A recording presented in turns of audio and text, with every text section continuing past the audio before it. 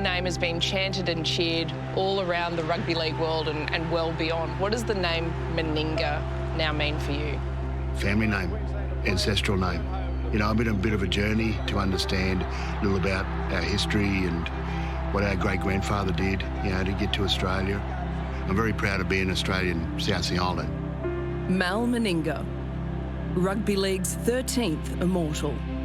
No name is more revered in our great game. You have such a rich sense of identity. Australian, South Sea Islander, rugby league player, coach, immortal, father. You wear a lot of roles. To be able now to pass on your identity to your children, how important is that? I think it's the ultimate thing you can give your children, because what I found out in life, what I found out in my journey, is that you're never really complete until you understand that really well. And once you understand that really well, that helps you make better decisions in life as well and make better contributions in life. Mal's journey has once again brought him here, to the island of Tanna, located on the southern edge of Vanuatu, an untouched jewel in the South Pacific archipelago. We always knew we're Australian South Sea Islander, but we really weren't quite sure where we come from. We knew we're from Tanna, but where the Meninga name come from. Goodness gracious. Get your cramp for an old fella. Welcome to Tanna. Yeah, thank you very much. Nice to be back.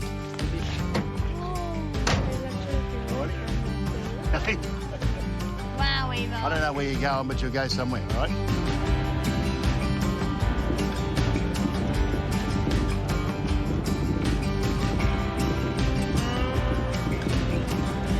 What about that? You like that? You enjoy that? We got a cool place. We did hold on like Oh. Wow, look at that. Wow. Wow. This is our place. Wow. Oh, God. It's a good start. It's excellent. Yeah, very good. This is Tanna Island. What do you think? Good. Mal's first visit was 8 years ago. It was a trip of self-discovery that would take him to the island's isolated north, a protected jungle village of Lowatul, untouched by time. This is the ancestral home of his great-grandfather, Edward Meninga. However, in 1889, Edward left his island home in search of adventure. He scrambled aboard a ship and set sail for Queensland. The 19-year-old was on his way to a new life and a new name. Meninga was misinterpreted by customs officials to become Meninga. Taken on the boats, they had to give a name and it had to be spelt phonetically, and they spelled it Meninga. Ironically, beside it was the 4. The number 4 was his trackable number throughout all his history. Why is that significant to you? The 4 is my maroon number, you know, so I was fortunate enough to be part of, you know, the first ever State of Origin team, you know, way back in 1980. And I played number 3. However, great Arthur Beetson got the number 1 jersey. So, you know, Colin Scott got 2, Choppy Close got 3, and I got 4. Edward jumped off the coastline with another young man with the surname Yao, and they boarded the Roderick Dhu, a ship that cruised the South Pacific recruiting black labour. This practice was known as blackbirding, the trade of kidnapping or tricking local islanders onto ships so they were taken to work as slaves or poorly paid labour in the cane fields of Queensland. So your parents, Norman and Leona, they married in Bundaberg in the 50s, and that was an interracial marriage. Yeah. Did you understand what that meant for your family and the pressures that they would have faced at that time? Do you know the challenges that they faced as a couple? Well, they protected me from it, Bonnie. They protected myself and my brothers. There was tensions between both families, you know, white and black. No one turned up at the wedding, but eventually, you know, as time heals and, you know, eventually the families came back around and... Well, were you ever treated differently? Yes, I was, but I didn't know. You know, it would become the norm for me, you know, and my brother at school, you know, so we were fighting all the time, for our own existence and, fighting for respect, I guess. And when I look back on that life, it's made me the person I am today. So it enables me to do what I do today as well. So I'm not regretful of that. Just a little bit disappointed, I guess, but that's life. Growing up, did you ever wonder about the colour of your skin, the texture of your hair, the way that you're built? I was told, Dad told me, if it's okay if they call you names, it's as long as they've got a smile on their face, because if they're joking, that's fine, or on a footy field, it was a sign of strength. You're getting on over the top of the opposition, So if someone started to banter at you and call you all sorts of names, you're winning the battle. You're winning the battle on the footy field. So that's the way I was brought up. I think it gave me that strength to actually accept it and just move forward all the time. I'm not a person that dwells on things. I'm a person that, I guess like most males, trying to find solutions to things. When Mal first visited his great-grandfather's village in 2016, he was the only relative to ever retrace his family's past. Raised in Bundaberg in the 1960s, the Meninga children were never taught about their South Sea cultural connection, instead told to focus on their Australian future. But now Mal feels empowered to make sure his children, Elijah, Zach and Eva, understand and are proud of their heritage, bringing the newest generation back to the beautiful village for the very first time. Go. Go. Go. All good. Good man. The last time I came, we went around the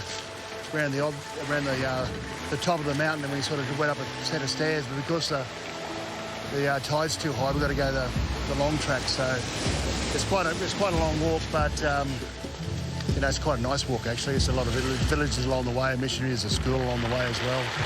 Yeah, so it's going to be enjoyable. Come on, mental toughness. Big steps.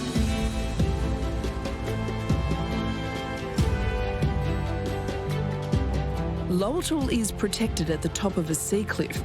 The customs and way of life unchanged for centuries. Today, the only way to access the village is by a 2-hour trek through the jungle. Not a single member of the Lowittle tribe who was taken for blackbirding or their family have ever returned. This is the homecoming they've been waiting for forever.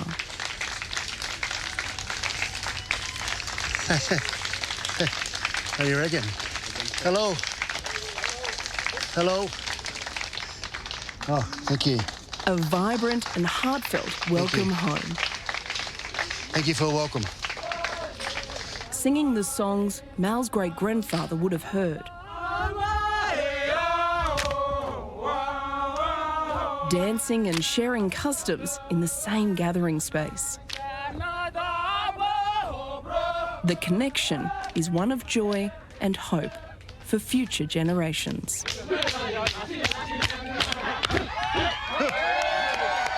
Hey. Thank you. Thank you. Mal, it's been such an extraordinary journey. It's been excellent. From the moment you told the kids that you were going to bring them back to the village and to the moment that you stepped foot back here, what has that felt like for you as a family? Well, it's obviously been exciting. Been pretty daunting, I must confess, so being an old fella and, try and trek the trek, but we got him, and I'm excited about being here. It's been a fabulous afternoon, and the kids are really enjoying themselves now. They're mixing in so well and kicking the footy, which is great, and the welcoming was, fantastic. I'm glad I'm here. To see the kids now just playing happy, sharing food, sharing stories, it feels right. Just sitting on the grass here before, and we were talking about, it's just so familiar around my upbringing. Yeah, so obviously my great-grandfather come from this village, and that's a long time ago, but it just brings back really fond memories, sleeping under the tree, in this broad grass and the nice breeze that's around, and it's all familiar. It feels like I belong here. You know, it's like a home. This is my second time here. Now it's my home. It was 125 years ago your great-grandfather left? A bit longer, mate. A bit longer. There. So 1889 it was. So that's 135 years ago. So it's so extraordinary for you to bring this new generation back here to learn the culture, to learn the song, to learn the dance, and to be proud of who they are. You didn't really know who you were. Your grandfather didn't really know, and they didn't really want to talk about it, so it was a bit of a sense of shame and moving forward and not passing on those traditions. But your children are going to be the first to say, I'm proudly South Sea Islander, I'm proudly from Tanna Island, I'm proudly from Lewittle, and I've been there and I know who I am. Yeah, that's the whole purpose of it all, you know. So to understand where you come from makes you a more rounded person, in my belief, you know. So I didn't really understand who I was until I come on that little adventure. That was only 7 years ago, you know. I'm in my 50s, trying to understand, you know, who I am and where I come from and where I belong, and you know. So it was a really great eye opener for me. You know, my kids have got to give them a really good understand of, you know, what the island means to our family. The Lowittle people wanted to bestow an honour on Mal, the gift of a custom name. Luma Sigia. It translates to chief. Thank you, Chief. Thank you, Chief. Thank you. You were given a traditional and custom name today. The chief told us that it meant get a few goosebumps with that. It's excellent, isn't it? You know, so yeah, I mean, bestowed a name like that is a true honour. Thank you.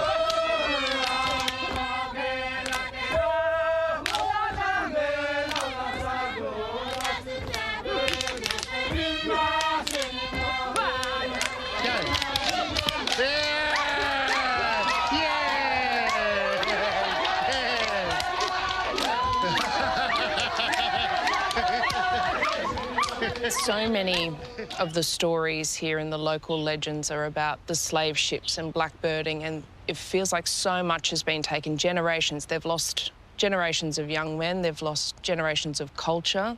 So much has been taken, but you were the first to give back and to bring some children back, and you could see how much that meant. Everyone that was taken off, no one returned from their families, and that's a sad story.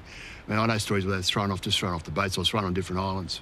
The beauty of this trip, you know, bringing back my children, like you said, is, yes, it's bringing back a second time. There's not many people that come back a second time. And then through their meetings, it's informal, didn't they? You've seen them, they're in a group, and, you know, we've finished all the formal presentations. Everyone gets up and speaks. Or particularly the elders get up and speak. They just talk about all the other family members in their village. None of their relatives or ancestors have come back. Before the Meningas said farewell to the village, there was one last person to meet. This is Mel. My name's Mel. You take my name. A young boy called Mal, named after the rugby league legend. He's 11 years old. 11-year-old? Yeah. Okay. He's named after you. Oh, good. All right, come on, we'll pass the ball. Pass the ball, you show me. An immortal, his namesake, tossing the footy. A shared culture now forged forever. Nice one. Got me, he beat me, that one. Good. Andang yun.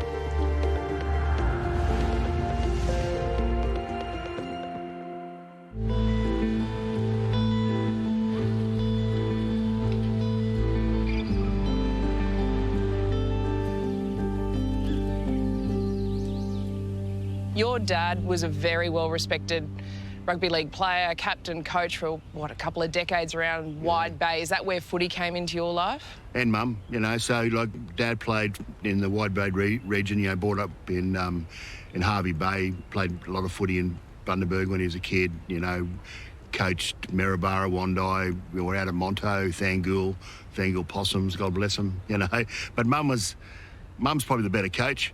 You've asked her, but but she was one of those mums again that, you know, did all the laundry, did the tuck shops, you know, washed all the clothes, all that stuff, all those sort of things that, you know, really, she was very supportive of the whole rugby league scene, and, you know, I grew up in that. I was a sand boy and ball boy and mascot, and you ask me, and I mean, I did it, you know, so it was a great upbringing. I loved the game, and because of mum and dad, it's, you know, I'm very fortunate to be where I am today.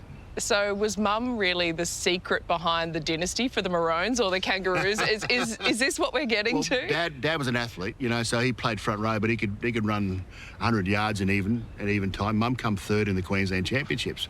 I think she ran, you know, something like 12.3 in the Queensland Championships, you know, as a teenager. So she was very athletic as well. You know, played a lot of, you know, sport when she was a kid. So I guess I stole all those genetics off them both, really. You ask my brothers, you know, they got nothing, you know. So I just consumed it all. I was the eldest, all the food, all the genetics, you know, just consumed it all. Just like your great-grandfather, he made a very bold decision to leave his home at such a young age as a teenager. You did as well, and you mentioned you joined the police academy at 15 years old. What did a very young Mal Meninga do in the capital of Queensland? Oh, God. And how did you find your sense of your role, your way as a young man? Yeah, it was fairly traumatic. I remember it vividly, you know, so getting there on the first day, I knew nobody. And,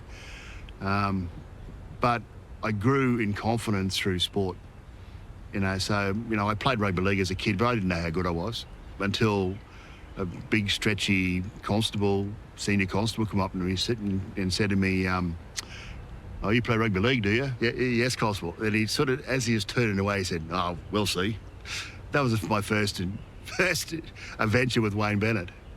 He was so instrumental in building my self-confidence, you know, because he said to me that, you know, I could be anything I want to be as long as I put my mind to it, and he's right. You know, it's all around that purpose and having a mindset that, you know, you want to succeed, you know, not be beaten. Put me on a goal setting, I still goal set today, you know. So those sort of things that he taught me in those early years, I still carry with me today. So under the very, even in those days, the masterful guide of Wayne Bennett, you were able to then, yes, build a career, but also have rugby league as a pretty strong focus. When you started to ply your trade in the Brisbane Rugby League, these were pretty serious. It was a very serious era. Lundy. Meninga. Thompson on the left, but Meninga will split them. He'll score. They won't stop him. And that's really the icing on the cake. And how happy is he over that? What a try. There's champions, there's future immortals, and the quality of the footy was just raw, it was pure, it was pretty bloodthirsty at times. Yeah, it was. It taught you to grow up. Back to Lewis, then away to McQuirter. Klein, wrapped up by Astle and Meninga, thrown to the ground.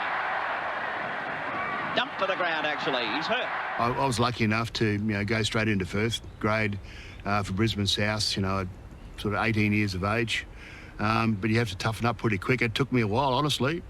It was scary. There was a little bit of going in on the tackle. Look at this out wide here. Meninga and Dutton. Oh, that's as bad as I've seen in a grand final. That's what happened in those days. You know, you get king hit, or you just play on. Basically, if you get tipped on your head, it was play on those days. Rugby league, to me, it's a competitive sport. I'm not saying you have to be a bully, but you got to be really competitive, and you got to beat the person on the other side of the field. And I learnt that in the BRL. The big fella starting to stride out. Now he sends it back inside to Belcher. Belcher away to Meninga. Meninga over the top to Muller. Play on. And away back to Meninga. Meninga bustling for the corner, and he's in. The big fella using his power is over for the try. That's the Meninga, you know. Now back to Meninga and Crunch Shilosky. Crunch Scott Lewis. Down he goes in the corner. You always had a presence, and that looks like it comes naturally, but maybe it's something you had to learn. I was very physical, Vonnie. Yeah, I was very physical, and I was pretty big, you know, in those times as well, you know. So, yeah, you get to learn to use your size. He's looking for Meninga. He's got it to him. The big fella puts Benson out of the way. Didn't he hit Benson then? Oh, Meninga really means business today. 15.5 stone of brute strength. See you later, Big Artie. Belcher. Meninga, there's the hole for Meninga to go through. He's charging up the common. Scott, he's looking for Thompson, decides to go himself. Oh, Scott Anthony, but he's there. so strong, so smart, and that's what set you above, and that's how you were able to change the tone of games very early. Dad was a smart player. He was, captain, coach everywhere he went. He understood the game. I watched the game, intensely. I picked things up all the time. And then Wayne was such a smart individual, coach-wise, learnt a lot. You were starting to build a reputation very quickly. And I remember talking to Bobby McCarthy, and he said he called South straight away, South Sydney, when you're in the BRL, and said, I've got this kid, Mal Meninga, you're going to want to take a look at him. I know Easts came looking pretty early. Who else wanted to sign you in those early years when you were playing for Souths? When I was at the academy, Dad and Mum, we met up with Harry Bath from the Dragons. Yeah.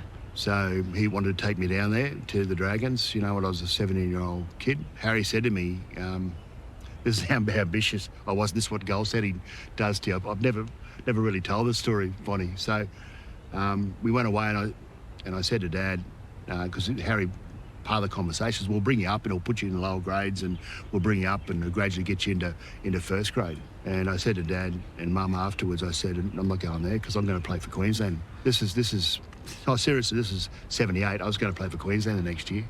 Meninga with the bulging thighs. Of course, there is some South Sea Island blood in Meninga. Way back, he said. He was born in Bundaberg. Only 18 years of age, Rex. Strikes it. I think it's a goal. You know what I remember about 79 and getting picked in the Queensland team? I remember Wayne came up to me and he said, congratulations, but I didn't think you deserved it. Such a Wayne thing. Yeah, that's such a Wayne thing, This day and age, he did it for a purpose, because he wanted me to play well, just because he wanted me to play well. I'm going to prove you wrong type thing, For you to then prioritise being a Queenslander, that was part of who you wanted to be, and I can see the early pride and the passion and the spirit that, this young Mal Meninga, he just wanted to be a Queenslander first and foremost. So what was it like that moment that you ran out Lang Park behind Arthur Beetson? We had no idea about Origin. We had no idea how that was all going to pan out, but you can see it in the passion of Beetso. It was one of the most enjoyable games I've ever had, honestly. I mean, I couldn't believe the crowd, and I couldn't believe running out behind Arthur Beetson. I remember him writing a letter to me once and telling me how proud he was of me about, upholding my values and upholding my culture, being an Australian South Sea Islander, and not deviating from that. And I think that was a really powerful message for me as well, because that just reinforces things, because you respect this man. He's got an aura. He's got an aura about him. He sort of set me a direction as well around who I was again, to being proud of who I am. You didn't want to let him down. You didn't want to let Queensland down. You learnt those sort of things. And to me, it was the catalyst for us young fellas, Wally, myself, Chris Close, all those, Kerry Bowstead, all these young fellas starting to come through. That made us realise, hey, we're better than what we think we are. We can actually beat these fellas. And that's what I preach, with, every time when I was coaching Queensland, every time I played, I knew that I could compete in that arena. Meninga with his third attempted goal. Oh, he struck that beautifully. This is a great goal. Look at that, right over the black dot or the red dot. And there's the scoreline that the fans love up here at Lang Park. You said you were having fun. You kicked 7 from 7 that night. That's still an Origin record. You couldn't miss. Old toe poke days. I got lucky, honestly. I love kicking, but I was sort of I was a designated kicker at Origin level because no one else wanted to kick, basically, so that was me. How did Origin change you? I put a jersey on and I could make a difference. That's what Origin did for me, and I didn't want to let my mates down, and it was a greater purpose, and I didn't want to let my state down. That was, so entrenched in all of us. We don't let our state down. This is a bigger thing than us. It's not about us. It's about the jersey, and it's about the people of Queensland who support us. And the things you established, the founding fathers for the Queensland Origin, those values are now still as relevant as they were back then. So proud of that, Bonnie, honestly. Because, I think it's important, again, we talk about it, but we brought some of the old fellas in. I started coaching, we brought the old fellas in, and we had a bit of a yarn to the young fellas, about Origin and, the characteristics that we expect and the expectations that come with that jersey. And, you know, I look around the room, we had 32 players this particular meeting. And I mean, a couple had, you know, wet eyes, you know, because it meant something to them, you know. So that's why I think Origin's so great, because it means something to everyone, not just the players, but to everyone. You know, everyone has a side. No matter, we're here in Vanuatu, and I've talked to people here, and they're Queensland players, supporters. You know, just things like that. That's how big Origin is. It's become it's become bigger than the game. It's you know, it's a chance to obviously, you know, celebrate the game of rugby league, but it's celebrate something bigger, which is, you know, being a Queenslander, which is, you know, fabulous. Who was your favourite player to play with? Well, the King was unbelievably good. Here's Lewis now. Lewis has got some support. Lewis holds it up. Meninga. Can he get there, Big Mel? Oh, yes, he's done it. I love 2015, the third game. For me, when I look back on it, it was sort of a culmination of those 10 years, you know, we were together. He's up to the halfway. He's waiting for Eddie Housen. He's got support. Eddie Housen with him. Back it goes to Meninga. And Meninga tries. Meninga scores. Oh, what a try. Meninga. The Brits called you Man Mountain Meninga. The Kiwis just called you a Colossus. You had this fearsome reputation all around the world. I just bluffed him. How was that? I don't think you did. One of the other reasons I went down south is because you never really quite get recognised until you actually go down and play in the New South Wales comp and make it down there. The Mad Monday celebrations. You finally got the Winfield Cup. Well, I have to say, initially, that trophy's been broken many times before us. Was it you or Laurie Daly? No, it was Laurie. Origin is the beast, but I think there's enough passion amongst all our